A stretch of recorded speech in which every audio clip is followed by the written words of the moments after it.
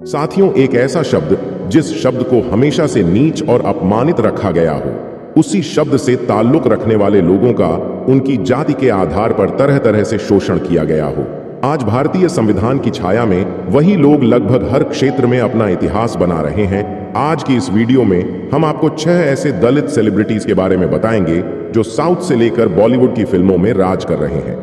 तो चलिए बिना देर किए इस वीडियो को स्टार्ट करते हैं। मैं चाहूंगा आप लोग इस वीडियो को अंत तक जरूर देखें, क्योंकि आधी अधूरी जानकारी घातक सिद्ध हो सकती है। शुरुआत करते हैं दिव्या भारती से। दिव्या भारती हिंदी फिल्मों की एक अभिनेत्री थीं जो एक दलित समाज से ही आती थीं, जिनकी अभिनय विविधता से उन्हें अपनी पीढ़ी के सबसे चित्ताकर्षक युवा अभिनेत्री होने का गौरव मिला। 90 के दशक से अपनी करियर की शुरुआत करने वाली दिव्या ने कई प्रकार के व्यावसायिक रूप से सफल गतिचित्रों में अभिनय किया है। हिंदी फिल्मों के अलावा दक्षिण भारतीय सिनेमा में भी दर्शकों से उन्हें सकारात्मक प्रतिक्रिया मिली है। अधिक तत्परता से भारतीय ने अपनी करियर की शुरुआत तमिल एवं तेलुगु फिल्मों से ही की थी। अभिनय के अतिरिक्त भारतीय में एक प्रभावशाली व्यक्तित्व की छवि नजर आती थी। भारतीय ने अपने अभिनय की शुरुआत तेलुगु फिल्म बोब्बिली राजा से सन 1990 में की। शुरुआती समय में भारतीय को कम महत्व संबंधित भूमिकाएं दी जाती थीं। फिल्मी सफर में उन्हें सफलता हिंदी फिल्म विश्वात्मा से मिली। इसी फिल्म के 7 समुंदर पार गाने से उन्हें एक अलग पहचान मिली। सन 1992 तक भारतीय स्वयं को बॉलीवुड में एक सफल नायकत्व के रूप में स्थापित कर लिया था। अन्य फिल्में स्वरूप शोला और शबनम, एक नाटकीय फिल्म जिसमें भारतीय को निडर रास के भूमिका को दर्शाया। 1992 में बनी प्रेम प्रसंग युक्त फिल्म दीवाना में भारती के निष्पादन ने उन्हें फिल्म फेयर सर्वश्रेष्ठ नवोदित अभिनेत्री के पुरस्कार से नवाजा गया। 1992 से 1993 के मध्य तक भारतीय ने मात्र 19 वर्ष की आयु में 14 सात हिंदी और 7 दक्षिण भारतीय फिल्में की। अपने कम समय के करियर के दौरान मुख्यधारा के सिनेमा के अलावा भारती ने एक शक्तिशाली अभिनय की उत्पत्ति की। उनकी अंतिम पूरी की हुई फिल्में रंग सह अभिनीत कमल सदाना और शतरंज सह अभिनीत जैकी श्रॉफ थी, जिन्हें भारती के 5 अप्रैल 1993 में रहस्यमय मरण के बाद जारी किया गया। यद्यपि भारती को अपने संपूर्ण करियर में कई अवनतियों का सामना करना पड़ा, उन्होंने खुद को ढूंढा और स्वयं को बॉलीवुड में एक सफल मुकाम बनाने में कामयाब भी रहीं। 1993 में हुई उनकी रहस्यमयी मृत्यु से उनका करियर भी समाप्त हो गया। दूसरे नंबर पर आते हैं Johnny liver. John Prakash Rao जनुमाला नाम से आंध्र प्रदेश के प्रकाशम जिले में सन 1957 14 अगस्त को जन्मे जॉनी लीवर हिंदी फिल्म के एक प्रसिद्ध हास्य अभिनेता है। यह भी दलित समाज से ही ताल्लुक रखते हैं। जॉनी लीवर को फिल्म स्टारों की मिमिक्री करने में महारत हासिल थी। उनकी इसी खासियत ने उन्हें स्टेज शो करने का मौका दिया। ऐसे ही एक स्टेज शो में सुनील दत्त की उन पर नजर पड़ी। उन्होंने जॉनी लीवर को फिल्म दर्द का रिश्ता में पहला ब्रेक मिला और आज यह सिलसिला 350 से अधिक फिल्मों तक पहुंच गया है। दर्द का रिश्ता के बाद वह जलवा में नसीरुद्दीन शाह के साथ देखे गए, लेकिन उनकी पहली बड़ी सफलता बाजीगर के साथ शुरू हुई। उसके बाद वह लगभग एक सहायक अभिनेता के रूप में हर फिल्म में हास्य अभिनेता के रोल में देखे गए। उनकी पहली फीचर फिल्म कभी तमिल अनब्रिक्कू अल्ला विल्लाई है। साथ ही जॉनी वर्ष 2007 में छोटे पर्दे के रियलिटी शो में जज के रूप में भी दिखाई दिए। तीसरे नंबर पर आती हैं यामी गौतम।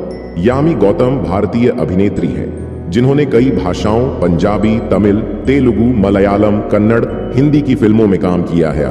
उन्हें पढ़ना, घरों की आंतरिक सजावट करना, गाने सुनना काफी पसंद है।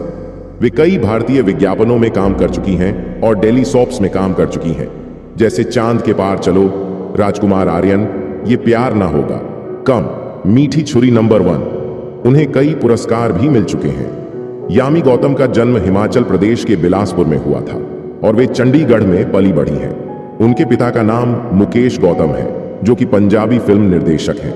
उनकी एक बहन भी है जिनका नाम सुरीली गौतम है, जिन्होंने बड़े पर्दे पर अपना debut Punjabi film power cut से किया। स्कूली शिक्षा पूरी होने के बाद उन्होंने लॉ ऑनर्स में स्नातक करने के लिए कॉलेज ज्वाइन कर लिया। वे IAS ज्वाइन करना चाहती थीं, लेकिन 20 साल की उम्र में उन्होंने फिल्मों में आने का मन बना लिया। वे लॉ ऑनर्स की पढ़ाई कर रही थीं, लेकिन अभिनय करने के लिए उन्होंने पढ़ाई बीच में छोड़ दी। गौतम जब 20 साल की थीं, फिल्मों में अपना करियर बनाने के लिए मुंबई आ गई। उन्होंने टेलीविजन में चांद के पार चलो के साथ अपना डेब्यू किया। उनका फिल्मी करियर कन्नड़ फिल्म उल्लासा उत्साह से शुरू हुआ था। यह फिल्म तो बॉक्स ऑफिस पर नहीं चल पाई, लेकिन उनकी परफॉर्मेंस को सराहा गया। बॉलीवुड में उनकी शुरुआत चर्चित फिल्म विकी से शुरू हुआ था। डोनर से हुई था, जिसमें उनके हीरो आयुष्मान खुराना थे। फिल्म में उन्होंने एक बंगाली लड़की का किरदार निभाया। यह फिल्म तो कम बजट की थी, लेकिन फिल्म काफी सफल हुई और आलोचकों ने भी इसे सराहा। इस फिल्म के लिए भी उन्हें काफी प्रशंसा मिली थी। वे 2012 की प्रिवेंशन के कवर पेज पर दिखाई दी और फिर 2012 के ही फेमिना के अंक में भी वे कवर पेज पर दिखाई दी। चौथे नंबर पर आते हैं अभिनेता प्रकाश राज। प्रकाश राज एक बेहद ही मंझे हुए भारतीय कलाकार, निर्माता, टीवी होस्ट है। यह भी दलित समाज से ही आते हैं। दक्षिण भारतीय सिनेमा से कमल हासन के बाद प्रकाश राज पहले ऐसे कलाकार हैं जिन्होंने हिंदी सिनेमा में अपनी छाप छोड़ी। कन्नड़ और तेलुगु सिनेमा के अभिनेता प्रकाश राज ने सिंघम, वांटेड और दबंग 2 के जरिए बॉलीवुड में खलनायक की खाली जगह को भरने का काम किया। प्रकाश राज का जन्म 26 मार्च 1965 को बेंगलोर में हुआ था। प्रकाश राज का असली नाम प्रकाश राय है, जिसे उन्होंने तमिल डायरेक्टर के बालाचंद्र के कहने पर बदला था। प्रकाश बेंगलोर एक बेहद निम्न मध्यम वर्गीय परिवार से है। प्रकाश के पिता का नाम मंजूनाथ राय और माता का नाम स्वर्णलता राय है। प्रकाश ने अपनी प्रारंभिक पढ़ाई बेंगलोर के सेंट जोसेफ स्कूल से की है। उसके बाद स्नातक की पढ़ाई saint Joseph college ONF commerce से की। प्रकाश राज की शादी अभिनेत्री ललित कुमारी से 1994 में हुई थी, जिससे उन्हें 2 बेटी और 1 बेटा भी है। किन्हीं कारणों से 2009 में इनका अलगाव हो गया।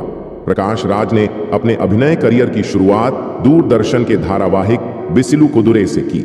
प्रकाश राज ने अपने फिल्मी करियर में कई फिल्में की। इस दौरान उन्हें राष्ट्रीय पुरस्कार से भी नवाजा गया। प्रकाश राज ने अपने बॉलीवुड करियर की शुरुआत साल 1998 में फिल्म हिटलर से की थी, लेकिन पहचान उन्हें वांटेड के किरदार घनी भाई से मिली।